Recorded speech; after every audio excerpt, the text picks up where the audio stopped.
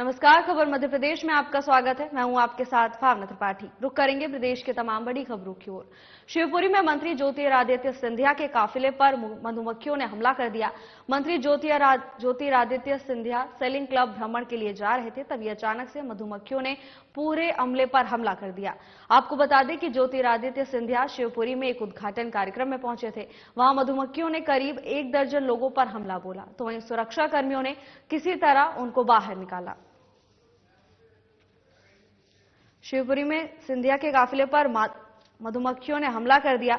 हालांकि सुरक्षा कर्मियों ने जैसे तैसे उन्हें काफिले से बाहर निकाला, जिससे उन्हें बचाया जा सका। पूरा मामला शिवपुरी का बताया जा रहा है, जहां मंत्री भ्रमण के लिए गए होते और इसी दौरान मधुमक्खियों ने उन पर हमला कर दिया। रायसेन कलेक्ट्रेट में विकास कार्यों की समीक्षा बैठक आयोजित की गई, जिसमें केंद्रीय कृषि मंत्री शिवराज सिंह चौहान भी शामिल हुए। इस दौरान केंद्रीय कृषि मंत्री शिवराज सिंह चौहान ने विकास कार्यों के मूल्यांकन के साथ साथ उन्हें अब मौके पर भी जाकर जांच पर रखने की बात कही। बैठक में कुछ विभागों की समीक्षा और संतुष्ट हुए, वहीं कुछ विभागों को लापरवाही और तैयारी पूरी नहीं करके आने पर उन्होंने कुछ अधिकारियों को फटकार भी लगाई।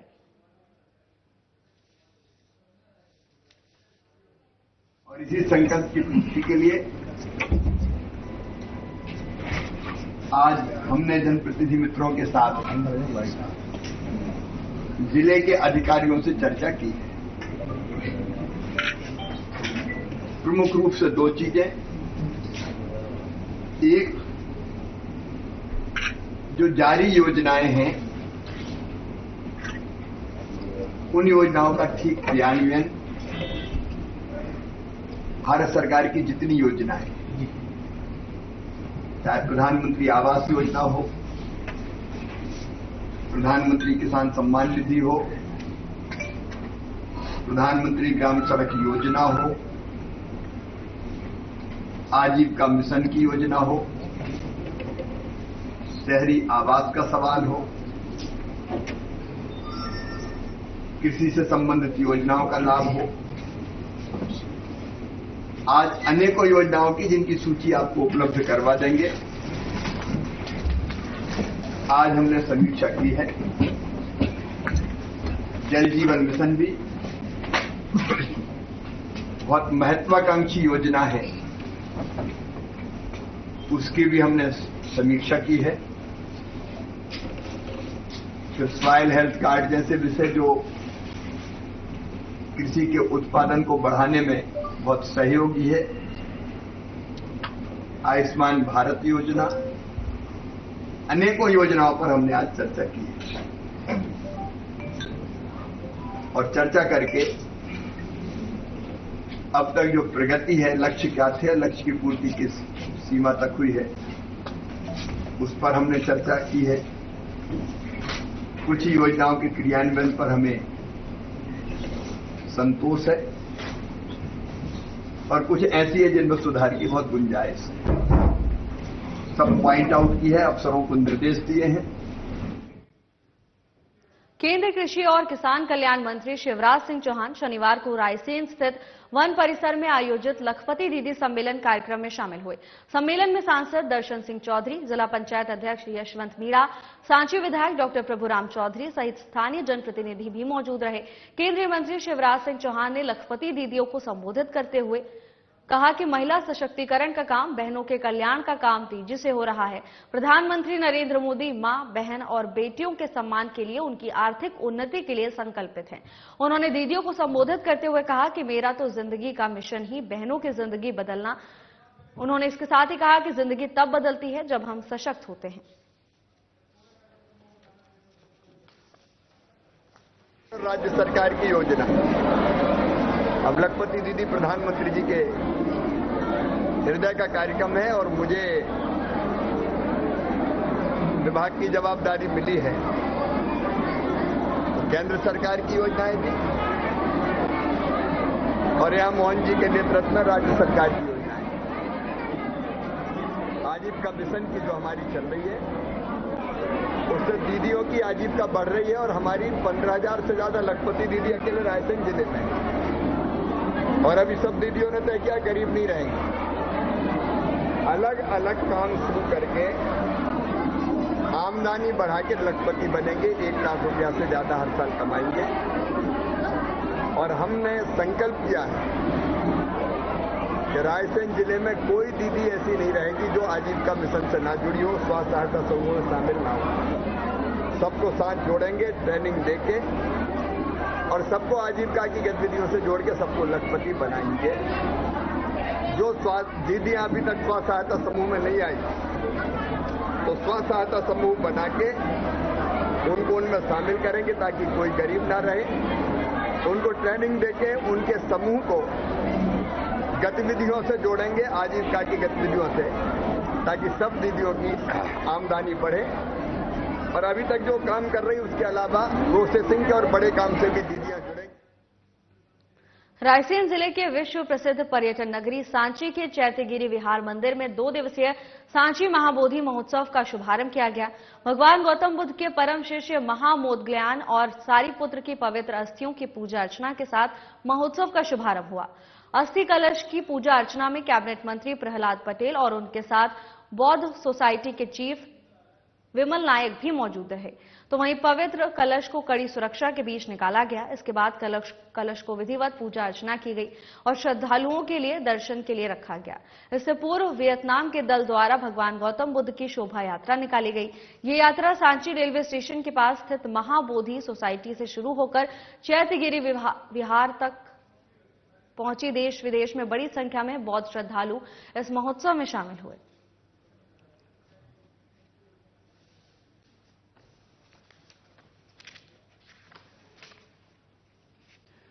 रायसेन जिले के विश्व प्रसिद्ध पर्यटन नगरी सांची के चैत्यगिरी विहार मंदिर में 2 दिन का सांची महाबोधि महोत्सव का शुभारंभ किया गया, जिसमें तमाम अधिकारीगण और विधायकगण भी मौजूद रहे। भगवान गौतम बुद्ध के परम शिष्य महामोदग्लायन और सारीपुत्र की पवित्र अस्थियों की विधि विधान से पूजा अर्चना की गई। तो वहीं कलश यात्रा के लिए कड़ी सुरक्षा में कलश निकाला गया और श्रद्धालुओं के दर्शन के लिए कलश को स्थापित किया गया। इससे पहले वियतनाम के दल की ओर से भगवान गौतम बुद्ध की शोभा यात्रा भी निकाली गई थी, जिसमें भारी संख्या में श्रद्धालुओं ने हिस्सा लिया था। इसके साथ ही देश विदेश से भी बड़ी संख्या में भगवान बुद्ध के अनुयायी सम्मेलन में पहुंचे और 2 दिवसीय महोत्सव में शामिल हुए।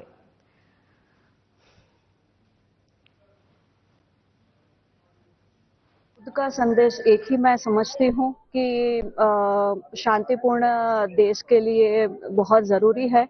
जो हमारा देश अभी सारी चीजों में बटा हुआ है, सारे धर्मों में बटा हुआ है, उसको अब एक होने की जरूरत है। और शांति का संदेश ही बुद्ध का संदेश माना जाता है। सो मैं फील भी यही कर रही हूँ। यहाँ पे सारे जो बुद्धिस्ट भिक्षु और सारे बड़े मॉन्क आए हुए हैं और गुरुजी भी पधारे हुए हैं। उनके सानिध्य में इतना आध्यात्मिक और स्पिरिचुअल माहौल बना हुआ है। सो ये देख के काफी हृदय गदगद हो रहा है। कहाँ से आए हैं आप? मैं गुजरात से आई हूँ। क्या नाम है? तेजल चुड़ासमा। किस तरीके से जीवन में आत्मसात करने की जरूरत है बुद्ध के संदेशों को? बुद्ध के संदेश को एक ही तरह से आत्मसात किया जा सकता है कि वो है कि अपने आप को पहचानना वो सबसे बड़ा जरूरी है। जो इस बार 72nd एनिवर्सरी को मना रहा हूँ, इसका जो पहली बार जो प्रथम एनिवर्सरी जो था वो पूर्व प्रधानमंत्री जवाहरलाल नेहरू के नेतृत्व में किया गया था। तो श्रीलंका महाबोधि सोसाइटी आज तक हर साल इसको मनाते आ रहे हैं।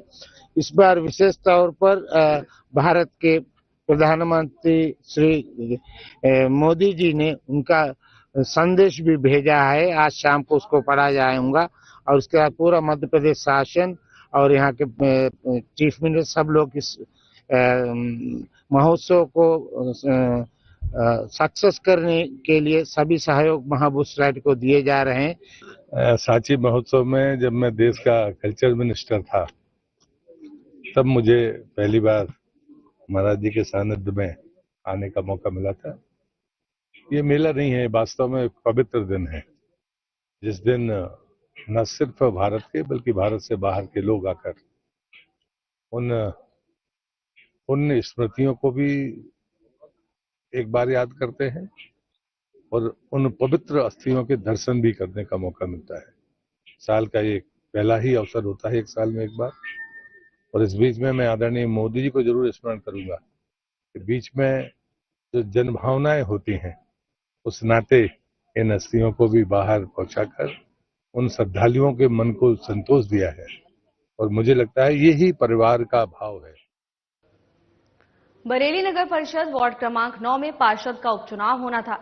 हालांकि बिना उपचुनाव कराए ही निर्विरोध पार्षद बना दिए जाने का मामला सामने आया है।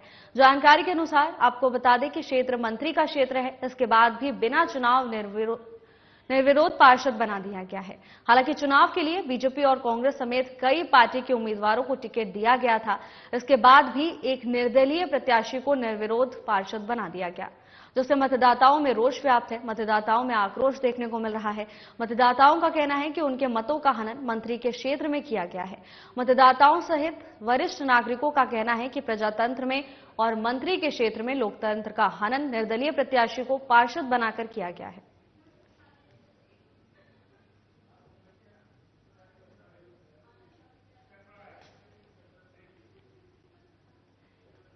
शिवपुरी में बड़ौदी गोदाम पर खाद के लिए किसान परेशान होते हुए दिखाई दे रहे हैं। गोदाम पर सुबह से किसान बिना कुछ खाए पिए ही लाइन में लगे हुए हैं, लेकिन अभी तक उन्हें खाद नहीं मिली। खाद गोदाम पर पुरुष किसानों के साथ महिला किसान भी लाइन में नजर आ रही हैं। किसानों के पास खाद के टोकन उपलब्ध होने के बाद भी उन्हें अभी तक खाद मुहैया नहीं हो पा रही, जिससे किसान काफी परेशान नजर आ रहे हैं। किसानों के हित में तमाम तरह की कल्याणकारी योजनाओं के चलाने के बाद किसान का हितैषी होने का दावा करने वाले शासन और प्रशासन पर अब कई तरह के सवाल खड़े हो रहे हैं। ये तस्वीरें बड़ौदी गोदाम के सामने से आ रही हैं, जहां लंबी कतार में किसान लगे हुए हैं। सुबह से ही किसान खाद का इंतजार कर रहे हैं, लेकिन खाद की आपूर्ति ठीक ढंग से नहीं होने के कारण किसानों को घंटों तक खाद के लिए इंतजार करना पड़ रहा है। पुरुष के साथ साथ महिला किसान भी इन कतारों में लगी हुई हैं। वही सरकार और वही प्रशासन जो महिला सशक्तिकरण की बात करता है, उनके सभी दावे विफल होते हुए दिखाई दे रहे हैं। ये तस्वीरें इस बात की गवाह हैं कि सारी योजनाएं केवल कागजी हैं और धरातल पर कोई भी असर देखने को नहीं मिल रहा।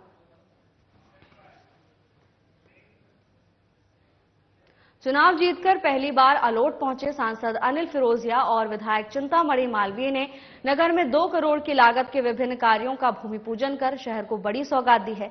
इन विकास कार्यों से अंबेडकर भवन में डोम का निर्माण और शंकर मंदिर से बड़ौद रोड तक एक नए मार्ग की सुविधा नागरिकों को मिलेगी, जिससे शहर में विकास के नए आयाम खुलेंगे। शनिवार को अंबेडकर भवन में आयोजित भूमि पूजन कार्यक्रम में क्षेत्रीय सांसद अनिल फिरोजिया, क्षेत्रीय विधायक प्रोफेसर डॉक्टर चिंतामणि मालवीय ने अपने अपने प्रयासों से स्वीकृत 1-1 करोड़ के विकास कार्यों का भूमि पूजन किया। इस दौरान सांसद फिरोजिया ने कहा कि विधायक और सांसद डबल इंजन की सरकार के रूप में क्षेत्र के विकास के लिए तत्पर हैं।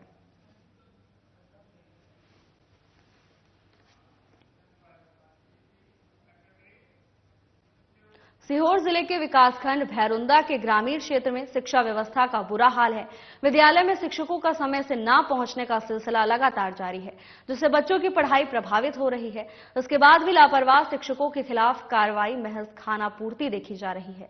सरकार शिक्षा के प्रति सजग है और कोई भी बच्चा शिक्षा से वंचित ना रहे, इसके लिए प्रयास कर रही है। बावजूद इसके भैरुंदा क्षेत्र में शिक्षा व्यवस्था पर जिम्मेदार कोई ध्यान देता नजर नहीं आ रहा। यही कारण है कि शिक्षक अपने मनमाने समय पर स्कूल पहुंच रहे हैं। इसके अलावा स्कूल में सफाई पर भी ग्रहण लगा हुआ है। सफाई कर्मचारी होने के बावजूद भी स्कूल में समय पर साफ सफाई नहीं हो रही। तो वहीं विद्यालय के प्रभारी प्राचार्य हरिओम मीणा ने बताया कि कुछ मजबूरी है, विषय विशेषज्ञ के अतिथि शिक्षक मिल नहीं रहे। उन्होंने कहा कि हम प्रयास करेंगे कि वो विद्यालय समय पर आए, लेकिन पढ़ाई में कोई विघ्न नहीं है। सभी विषय की पढ़ाई हो रही है और बच्चों में पढ़ाई से संबंधित कोई कमी नहीं है।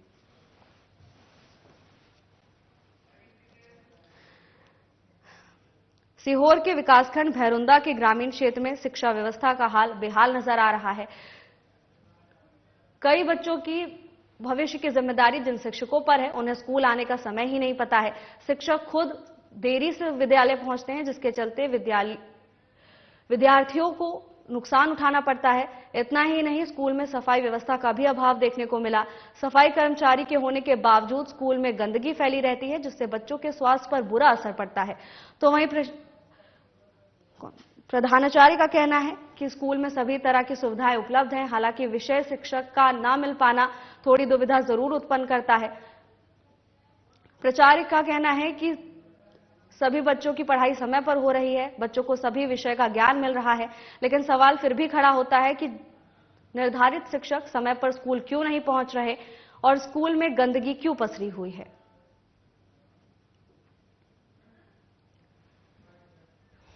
बच्चों ने और भी कुछ बातें बताई, क्या कहेंगे आप इस सब बातों पर? ठीक है, अभी तक आप जो बता रहे हो साफ सफाई का, तो विशेष तौर पर हम ध्यान रखेंगे।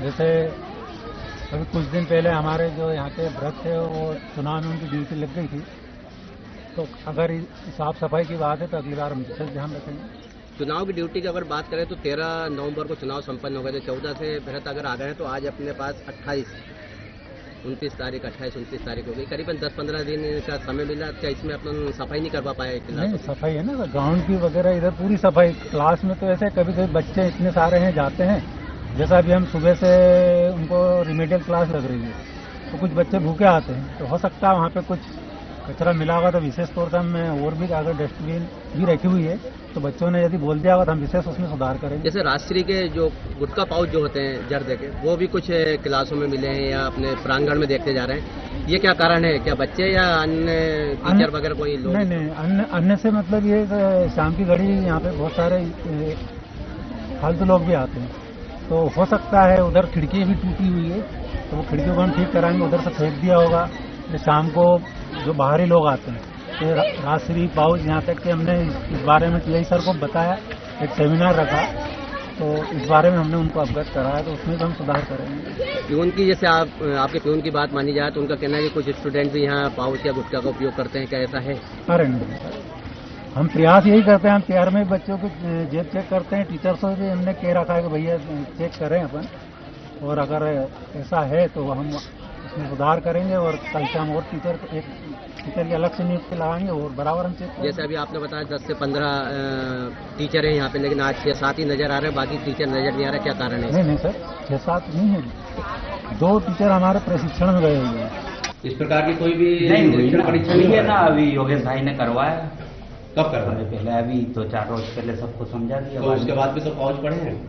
वो पाउच खाली होंगे। नहीं तो खाली होंगे तो फिर सफाई अपन नहीं कर रहे हैं। सफाई तो होती है ना। तो 12th क्लास में कब से झाड़ू नहीं लगी? वो 1-2-4 रोज में लगती है। अच्छा, 1-2-4 रोज में लगती है। हाँ, क्योंकि वो टोटल परिसर है ना इतना बड़ा, 1 से 12 तक का, उसको भी देखना पड़ता है। अच्छा, तो कितने कमरे हैं टोटल? टोटल 18 कमरे। 18? मैं अकेला हूँ सफाई करने में आप? हाँ, 18। तो 12th का नंबर कब आएगा सफाई करने? वो भी हो जाएगा। नहीं, वो कब जाएगा, मतलब कब आएगा नंबर? देखिए, आपके द्वारा ये मालूम पड़ा है मुझे कि वहाँ स्कूल में टीचर नहीं आते हैं और साफ सफाई नहीं होती है, जबकि हमने पिछली बैठक अभी 7 दिन पहले जो बैठक रखी थी उसमें सभी को निर्देश दिया था कि आप समय पर स्कूल जाएं, क्योंकि हमारे द्वारा अब जो परीक्षा पास में है तो सभी लोगों को रेगुलर अपना एक्स्ट्रा क्लास भी लगाना है। अगर ये ऐसी स्थिति पाई गई है तो हम उसके लिए उनको नोटिस जारी करेंगे और जो भी यथोचित कार्रवाई होगी उसको करेंगे। सर, वहाँ पे एक अतिथि शिक्षक है, वो दूसरे स्कूल में भी पढ़ाता है, इसलिए वो लेट हो जाता है। ऐसा तो नहीं, अतिथि शिक्षक जहाँ जिस संस्था के लिए नियुक्त होता है उसकी अध्यापन कार्य उसको उसी संस्था में कराना होता है। मध्य प्रदेश में चर्चित राजगढ़ जिला पुलिस अधीक्षक आदित्य मिश्रा अवैध कारोबारियों के लिए तो सरदर्द बन ही रहे हैं, बुजुर्गों और जरूरतमंदों की शिकायतों पर भी त्वरित और मानवता का उदाहरण बनते जा रहे हैं। पुलिस अधीक्षक आदित्य मिश्रा ने एक बार फिर मानवता दिखाते हुए पुलिस को जनता से जोड़ा, जिससे उनकी समस्याओं को समझने में सहायक साबित हुए। दरअसल मामला राजगढ़ जिले का है, जहां पर 26 नवंबर को लोदीपुर निवासी 60 वर्षीय वृद्ध महिला मेवाबाई ने पुलिस अधीक्षक कार्यालय पहुंचकर अपने पति और बेटों पर मारपीट, उपेक्षा और फसल के पैसे हड़पने के गंभीर आरोप लगाए। महिला की शिकायत को गंभीरता से लेते हुए राजगढ़ एसपी आदित्य मिश्रा ने तुरंत देहात ब्यावरा थाने को जांच के निर्देश दिए। निर्देश के अनुसार दाह थाना प्रभारी गोविंद सिंह मीणा अपनी टीम के साथ महिला के गांव और खेत पर पहुंचे और जांच शुरू की। जांच में पता चला कि महिला मानसिक रूप से कमजोर है और पिछले 20 से 25 सालों से झूठी शिकायत कर रही है। परिजनों ने बताया कि महिला का ख्याल उनके पति और बेटे ही रखते हैं। तो वहीं मामले में जानकारी के बाद एसपी आदित्य मिश्रा ने कहा कि राजगढ़ पुलिस केवल अपराध रोकने तक सीमित नहीं है, बल्कि कमजोर और जरूरतमंद वर्गों की सुरक्षा और सहायता में भी अपनी पूरी भूमिका निभा रहे हैं।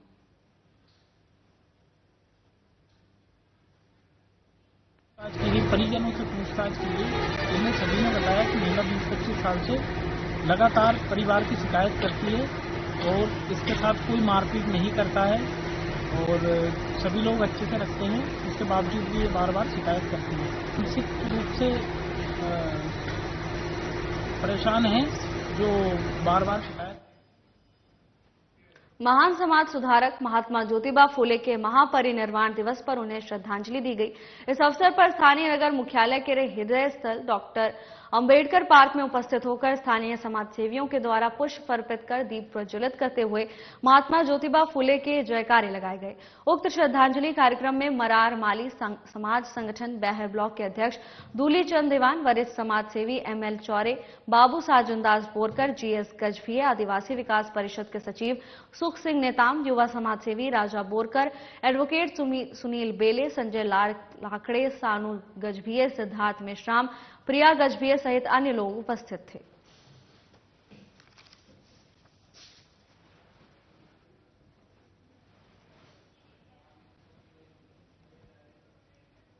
मध्य प्रदेश शासन के निर्देशानुसार जिले में कलेक्टर मृणाल मीणा के मार्गदर्शन में राजस्व महाअभियान 3.0 क्रियान्वित किया जा रहा है। इस महाअभियान में जिले की जनजातीय तहसील के कस्बों में विशेष रूप से रात्रिकालीन शिविर आयोजित कर आधार से खसरा लिंकिंग के कार्य को तरजीह दी जा रही है। बैहर SDM अर्पित गुप्ता ने बताया कि राजस्व महाअभियान 3.0 के तहत बिरसा और बैहर में रात्रिकालीन शिविर लगाकर महत्वपूर्ण कार्य किया जा रहा है। नगरीय निकाय क्षेत्र के समस्त भूमि खाता धारक को सूचित कर शिविर गुरुवार शाम से प्रारंभ किए गए हैं। पहले ही दिन कार्य में अच्छी प्रगति हुई है, इसीलिए अब 10 स्थानों के अलावा 12 स्थानों पर शिविर लगाए जाएंगे। साथ ही अब शाम को 6 बजे के स्थान पर 5:50 से शिविर प्रारंभ होंगे।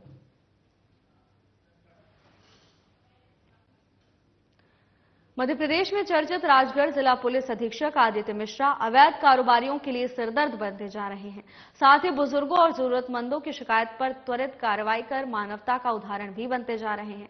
पुलिस अधीक्षक आदित्य मिश्रा ने एक बार फिर मानवता दिखाते हुए पुलिस को जनता से जोड़ा और उनकी समस्याओं को समझने में सहायक साबित हुए। दरअसल मामला राजगढ़ जिले का है, जहां पर 26 नवंबर को लोदीपुर निवासी 60 वर्षीय वृद्ध महिला मेवाबाई ने पुलिस अधीक्षक कार्यालय पहुंचकर अपने पति और बेटों पर मारपीट, उपेक्षा और फसल के पैसे हड़पने के गंभीर आरोप लगाए। तो वहीं महिला की शिकायत को गंभीरता से लेते हुए राजगढ़ SP आदित्य मिश्रा ने तुरंत देहात ब्यावरा थाने को जांच के निर्देश दिए। जांच में पता चला कि महिला मानसिक रूप से कमजोर है और पिछले 20 से 25 सालों से झूठी शिकायत कर रही है। परिजनों ने बताया कि महिला का ख्याल रखते हुए पति और बेटे ही उनका ख्याल रखते हैं। तो वहीं मामले में जानकारी देने के बाद SP आदित्य मिश्रा ने कहा कि राजगढ़ पुलिस केवल अपराध रोकने तक सीमित नहीं है, बल्कि कमजोर और जरूरतमंद वर्गों की सुरक्षा और सहायता में अपनी भूमिका निभा रही है।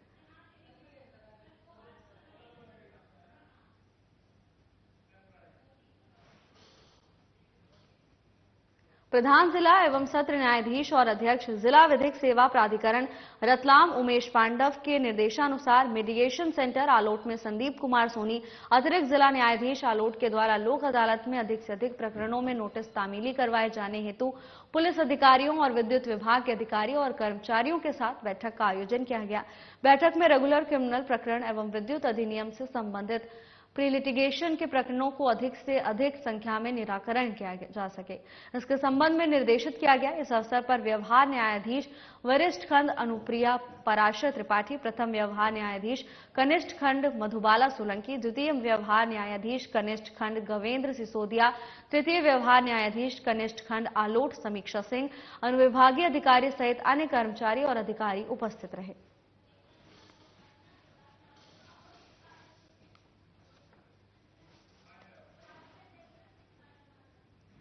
फिलहाल के लिए बस इतना ही। जल्द हाजिर होंगे नई अपडेट्स के साथ। नमस्कार।